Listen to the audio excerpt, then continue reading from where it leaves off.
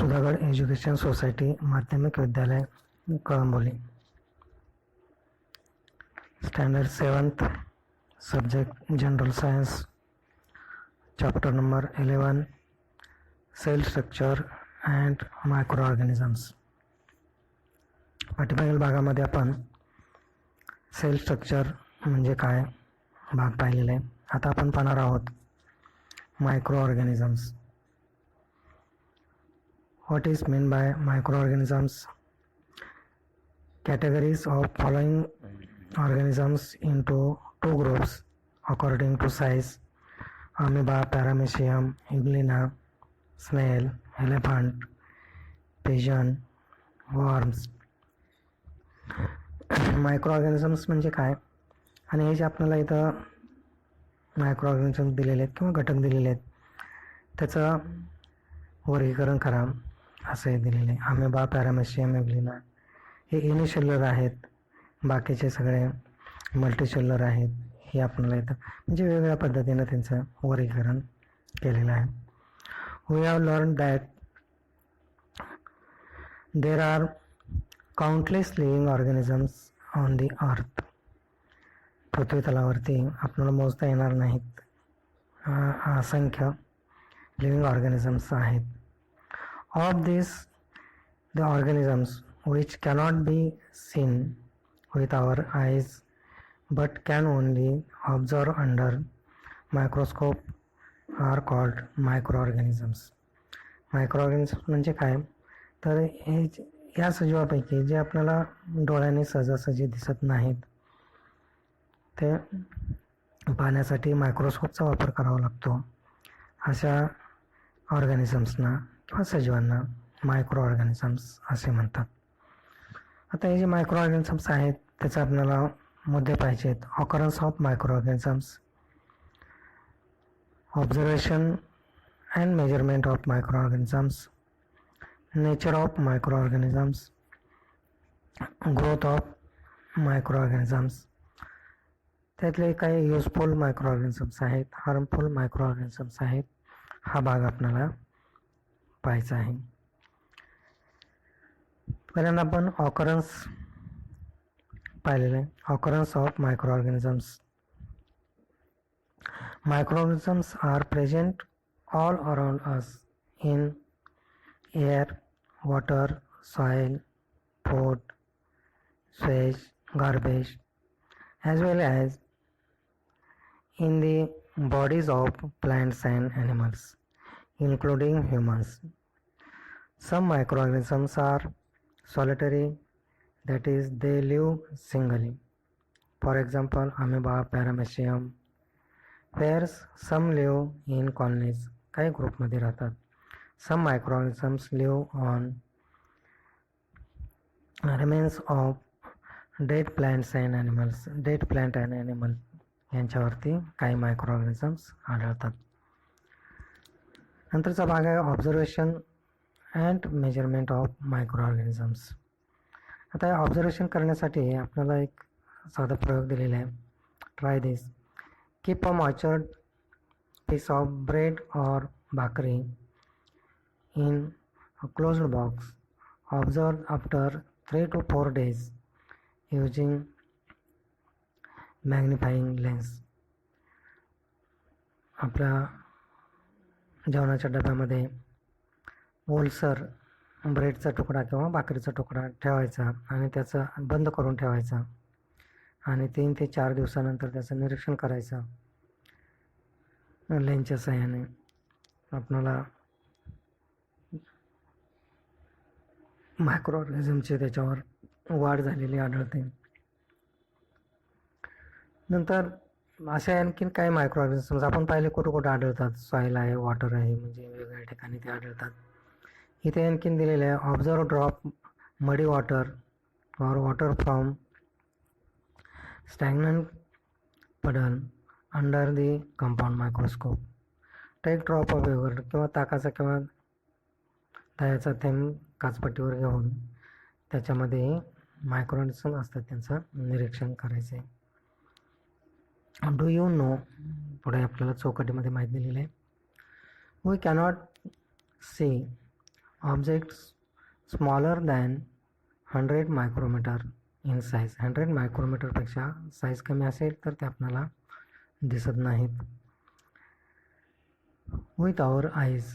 So we make glass slides of the microorganisms and observe them under compound microscope. However, a magnification of 1000 times proves to the insufficient.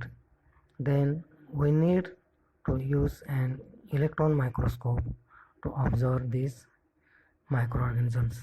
आपण 1000 पट जरी आकार मोठा करून ते आपल्याला दिसत नसतील तर त्याच्यासाठी आपल्याला इलेक्ट्रॉन मायक्रोस्कोपचा वापर करावा लागतो. आता त्यांची साईज किती असते तर आपल्याला दिलेले आहे. पॅरामेशियम असेल तर त्याची साईज 100 मायक्रोमीटर असते. बॅक्टेरिया टायफॉईडचे बॅक्टेरिया असेल 1 to 3 मायक्रोमीटर. पोलिओ व्हायरस असेल तर त्याची साईज आहे 28 nanometre.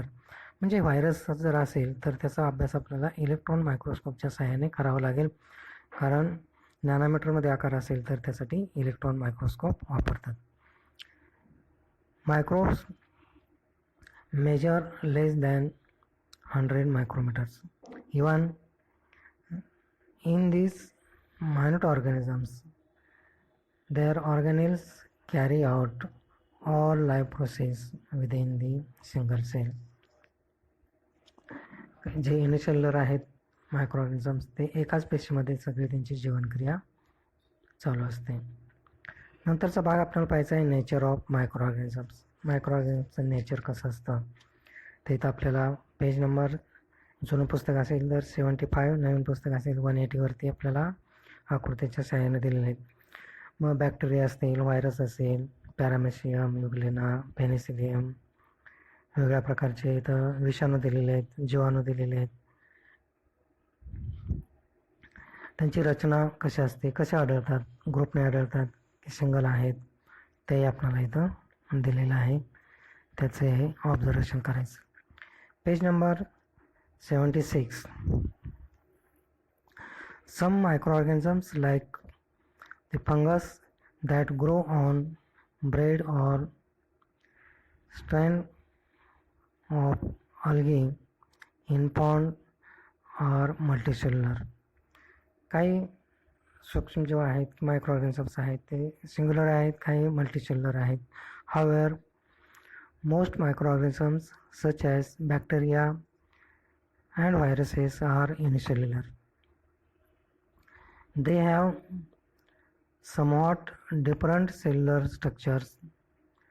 They do not have the membrane bound organelles found in a eukaryotic cell. The plasma membrane, cytoplasm, and nucleoid are their only components. Such cells are called prokaryotic cells. त्यांचे इथं आपल्याला प्रोकॅरियोटिकची रचना दिलेली आहेत, आकृती काढा. त्याची नावं दिलेली आहेत cell wall, plasma membrane, nucleoid, cytoplasm, ribosomes, plasmid, flagella, अशा पद्धतीने दिले. नॅशनल इन्स्टिट्यूशन, सेलचा अभ्यास करणारं पुण्यामध्ये नॅशनल इन्स्टिट्यूट आहे. National centre for cell science NCCS Pune is the institute involved in research in the field of cell science, cytology, biotechnology, etc. Website दिलेली त्याच्यावर तुम्ही त्याची माहिती पाहू शकता. नंतरचा भाग आपल्याला पाहायचा आहे growth of micro organisms. Each microorganisms need a specific environment for growth and reproduction. त्याच्या वाढीसाठी विशिष्ट एन्व्हायरमेंटची, वातावरणाची आवश्यकता असते. Many microbes need oxygen for their growth, whereas some microbes can grow without oxygen. Some microorganisms survive in a extreme and adverse conditions like ocean floor, ice in polar region, hot water springs, etc. During adverse conditions, microorganisms from the thick covering around themselves and stop their life process. On return, the favorable conditions, they come out of the protective covering and continue their life processes.